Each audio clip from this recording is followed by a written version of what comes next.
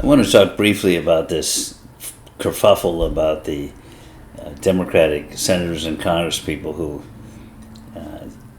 put out this video telling members of the military that they are not only can, but are required to refuse to obey an illegal order. And then the stuff coming from both sides is just wrong, and it's a perfect example of why it is so difficult to discuss anything reasonably these days, and at least with the politicians. So immediately, Trump's press secretary comes out and just lies through her teeth and says that these people are calling for a revolt in the armed services and telling the members of the armed forces to obey legal orders of the president when they specifically said illegal orders. That's just a lie. The fact of the matter is there are certain orders which are violations of U.S. law, and that's the key point here, U.S. law. For example, in my lay, it's a violation of the Code of Military Conduct and a violation of the Code of Military Justice to kill unarmed civilians. And in Vietnam, we had the My Lai massacre, and that was a clear violation of the law. And anybody who picked up a rifle and relied on Captain Calley as its order as a justification for picking up a gun and shooting unarmed women and children in huts in Vietnam had no place to hide. You can't say I was obeying orders when you do something that is that blatantly illegal. The problem is, right now what's going on, there's all these questions. Well, is it legal? Isn't it legal? Do you go to your judge advocate general and ask him for guidance? What is it? What isn't it? It's not a clear-cut case. And I saw Elizabeth Slotkin over the weekend saying, well, she couldn't point to a single illegal order of the president. In which case, why are you putting out that information? So it's almost like it's just politicians being politicians on both sides. And on the side of the people who are rushing to the defense of the Democratic politicians, they say, well, look at the example of Nuremberg. Well, I know a little something about Nuremberg. My dad was supposed to try the cases at Nuremberg, and Truman handpicked my dad because he was a war hero and a lawyer. Instead of going to Nuremberg, he sent him over to Paris to take over and be head of status of forces prosecutions. And look up status of forces if you know what it is. You should know. Status of forces prosecutions throughout Europe, starting with the fact that we had an American GI who was a war hero who killed and raped some French teenage girl. And Truman wouldn't pick up desk jockey to handle that case. He needed a war hero, and he handpicked my dad. But my dad was on his way to Nuremberg. And Dad and I discussed Nuremberg for many years as I was growing up. And Dad thought the Nuremberg trials were a travesty. And the reason was that there was no law that they were violating. So to point to these Democrats to say, well, it's Nuremberg, that's a perfect example of people relying on illegal orders and obeying them when that was tried as a defense at Nuremberg, and it didn't fly. Because they said, well, you were violating international law. Well, one of the first things you learn in law school, in the first 5 minutes of criminal law, is nullum crimen sine lega.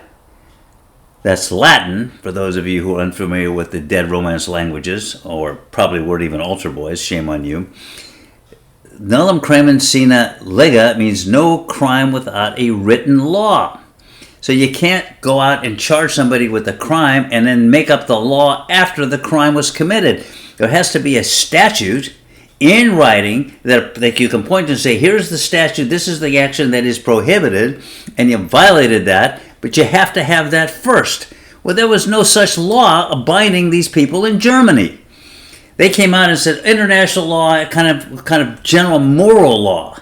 That, well, it's just immoral to do these things. Well, it is immoral to do these things, but that doesn't qualify as a violation of an order that is an illegal order in violation of a statute, because they didn't have any such statutes governing what they were doing. These were people who are actually war criminals. If you want to accuse them of war crimes, fine, but that's not what they did. They tried to concoct this justification. They also have another statute that you learn immediately in the first 5 minutes of law school in criminal law, nullum crimen sine pena. That means no crime without a written penalty, and that written penalty has to accompany the statute nullum crimen sine lega. So without those two things, you cannot bring a criminal case against a person. They had nothing like that at Nuremberg, so that's a horrible example to point to just because the people in Nuremberg were saying, well, I was following orders. Yeah, they were following orders, and there wasn't a statute that bound them that they were violating. So it's a terrible, terrible analogy. And maybe people don't care. I guess I just care because I've been a lawyer for a long time. I was a public defender and a bunch of other things. I grew up in the law. My dad was a lawyer. I was led to believe that the law matters.